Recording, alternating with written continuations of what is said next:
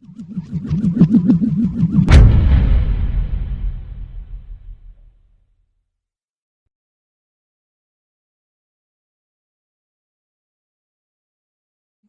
there, everyone, and welcome to the first edition of the FDU Women's Soccer Report here on FDUnites.com. Jon Lauder, along with the head coach of the FDU Women's Soccer team, Eric Teepe. Coach, how are you? Good, doing fine.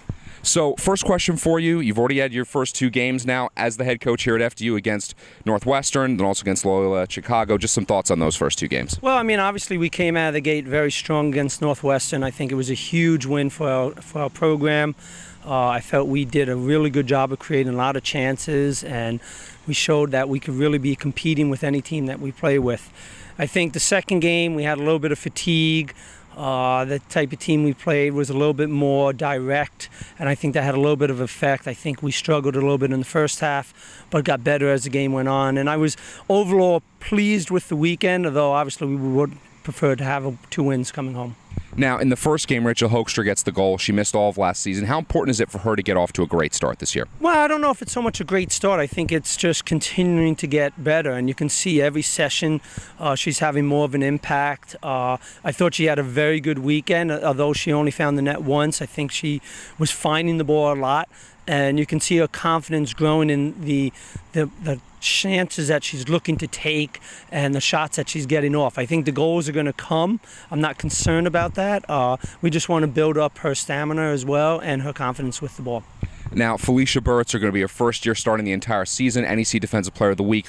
Your thoughts on her performance in the first two games? Well, absolutely. She was rock solid in the first game. I mean, really closed down everything. A couple set pieces, came out strong. Really sends an intimidating tone to the other team about how she's going to play in the net. In the second game, I don't think she really had a chance for the first two. And then the third one, we were kind of pushing everyone forward, and it was a counter with 10 seconds left. So I think she had a good week, and I think it was well-deserved that she got the Player of the Week. Now, obviously, it's still very early in the season. Nowhere near the conference slate just yet, but through these first two games, what's the biggest thing you think the team can work on? Well, I think that's a learning process. I think we showed that we can be very strong on a Friday, and what we have to do for our goals that we want to achieve is we have to find a way to win both Friday and Sunday. And I think because of our nature of being such a competitive team, we expend so much energy that we have to find a way to make sure we can bring that back on Sundays as well. So that's going to be something as a coaching staff that we're looking at addressing, maybe looking at some different styles that we want to play, different players. We have to figure that out in the next couple of weeks before we get to conference. And that is a tough thing, the Friday-Sunday slate with the games so close together. What's the best way to try to prepare the team for the rigors of having those 2 games in 3 days? Well, I don't know if there is a best way, to be perfectly honest. I mean, I think it's to play the college game as physical and fast-paced as it is. I think the Sunday games are always going to be different than the Friday games. So to me, I think you have to find a way to take care of your business on Friday. You got to worry about that one. And then Sunday, you have to find a way to survive, so to speak. 2 more road games coming up before the first home game this weekend. You've got Rider and also Delaware State. What do you expect to see from those 2 teams? Well, I mean, Rider is very similar to us. They're returning 15 players, including 9 starters. They were undefeated last year at home, so we know it's going to be a fantastic test for us, and it's going to give us a chance to really battle and work on our game, which is what we're looking for. You don't want to walk out and win games 4 and 5-0 because that's not getting you prepared.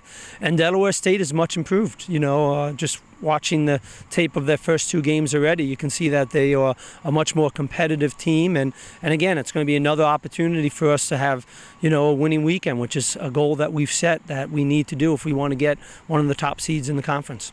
And final question for you. First 4 games on the road, how much does that help the team in terms of camaraderie and being able to go on the road and be successful? I think it always helps. I mean, obviously, when we have to fly, we're not able to take everybody.